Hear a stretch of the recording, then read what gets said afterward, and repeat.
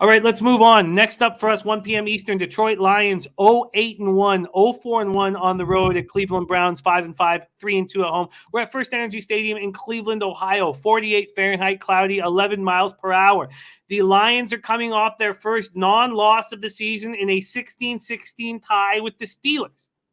The tie was met with different reactions from each fan base. There is Bebsie and I's buddy Ryan Denny celebrating the Lions tie in a parking lot somewhere in Kingston, where Birdie's from. Oh, God, that's beautiful. There he is. There he is, somewhere in a parking lot in Kingston. The sheer joy on Ryan Denny's face. Can you put it up one more time for God, us? I love that man. Or say one more time. Oh, man.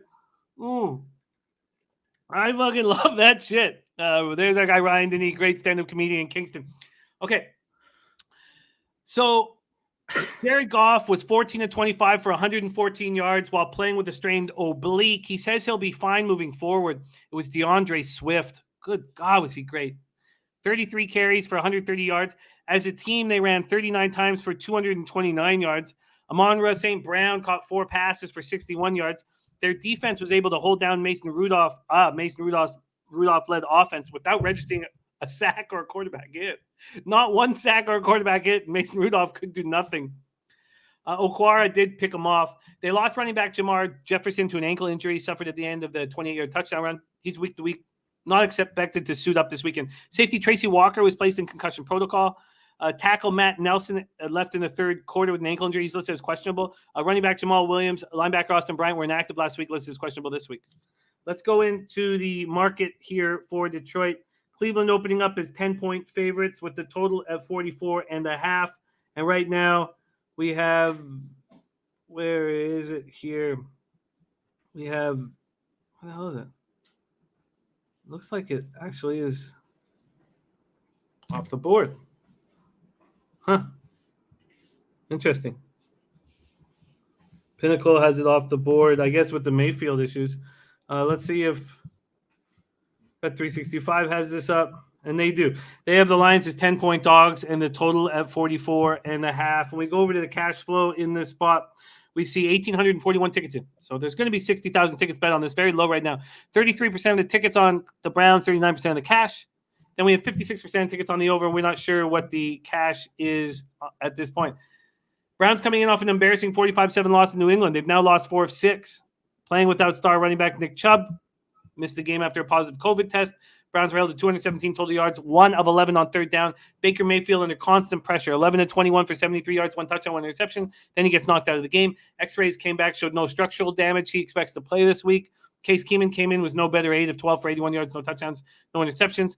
The offensive line looked awful, just absolutely awful. And they're not going to win, and he's going to keep getting hurt if they keep playing like that. Mayfield sacked 5, or the Browns quarterbacks were sacked 5 times and got hit 10 times. D'Ernest Johnson, the only player who could be trusted offensively, ran 19 times for 99 yards, caught 7 passes for 58 yards. No one else caught for more than the 26 yards Jarvis Landry accounted for. The defense couldn't put pressure on Mac Jones, who could get anything he wanted. Browns ended up with 2 sacks, 2 quarterback hits. Troy Hill was wheeled off the field on a stretcher with a neck injury. It's just a neck strain, thankfully, and he's listed as day-to-day. Wide receiver Anthony Schwartz and cornerback A.J. Green both left with concussions. They're in protocol. Cornerback Greedy Williams and Tack McKinley were both inactive and are listed as questionable to go this week. Is this similar to when the Bills lost to the Jags and this team will bounce back? Because I don't see it as similar. And, I don't – again, look, I hate that the Bears and the Lions are playing teams that looked so awful last week. And maybe because we're always seeing bet against what the public saw last week, maybe I should just stay off this game. But I'm telling you, I want the Lions, but because of the situation, maybe I can't bet it. And there's Jacksonville Zoe, who's now the number 2 ranked capper in our NFL Pub Hub show after another 3-1 week. Bebsie, take it away. Very interesting game. Lions against the Browns. I mean, bottom line here, I think 10 points is just too many points for the Browns. I agree. I think it was Dennis said that, I don't see them as too big of a difference from the Steelers. And it's true, they're really not. This Cleveland team, the first few weeks of the year, I was so high on them, but the wheels have come off to a combination of injuries, doubting of their quarterback, the OBJ controversy stuff, which was, I don't know, it was to be expected, and I think it was brushed away quickly enough. But this Cleveland team just feels like the wheels are very slowly coming off, and I just think it's too many points to give them, even against the 0-8-1 Ryan Denny-backed Detroit Lions. I want to take the Lions, but I feel the same way you do, in that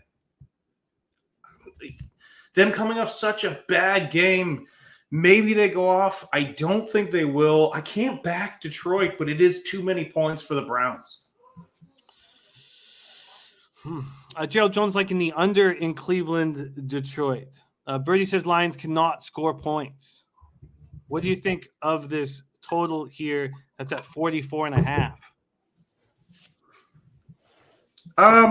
Yeah, again, I agree. I don't think this team is very capable of putting up points. We saw it yet again last week. It was my only under that did cash. I think I was on. No, I had 2 unders cash.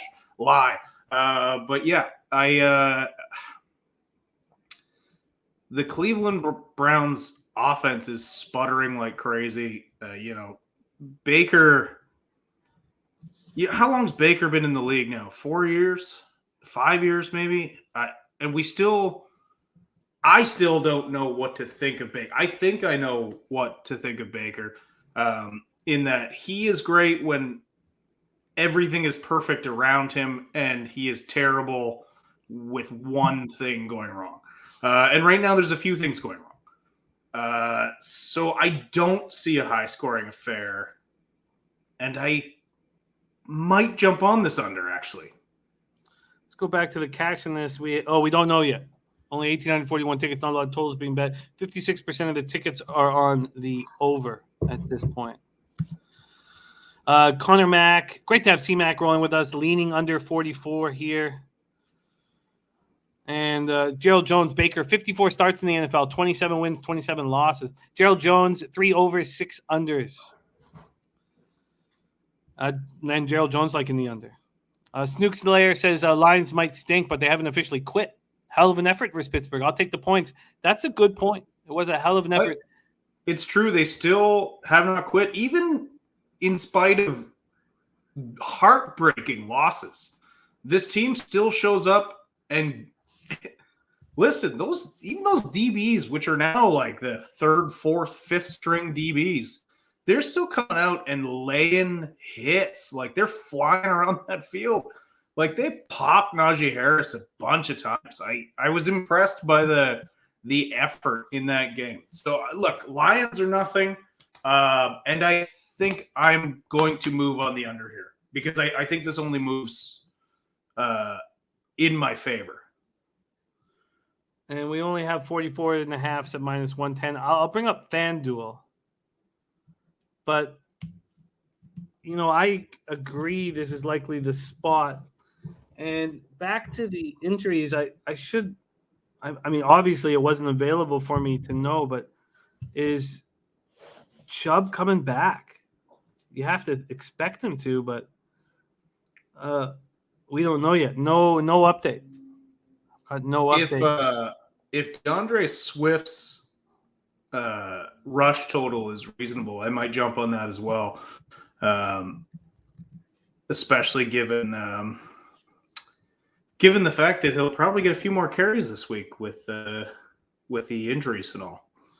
I guess what we've learned so far this year is you can't bet against a team that's good that has a terrible performance the week before. And it's not black and white 100%, but clearly that's being a mistake. So I don't know why I would put myself in that situation here. And I will probably won't, even though I find the Bears extremely appealing. Extremely appealing. Brady said, just remember, Pittsburgh have the worst O-line in the league. Lions look good for that Pitt O-line. Browns may have the best O-line. There should be tons of running in this game. And Dennis Garcia says, go check those Detroit close games. A lot of flat spots from their opponents. And Burgundy Bet says, Browns have the highest yards per carry in the NFL. Lions give the highest yards per pass. Terrible recipe. I'll lay the points. And, interesting. I guess I'm going to need more time. at this point because I just feel like it's a mistake to bet against the Browns and the Ravens after how bad they looked last week. So nothing for me yet official, but we do have Bebsie on the under 44.5. Let's move on.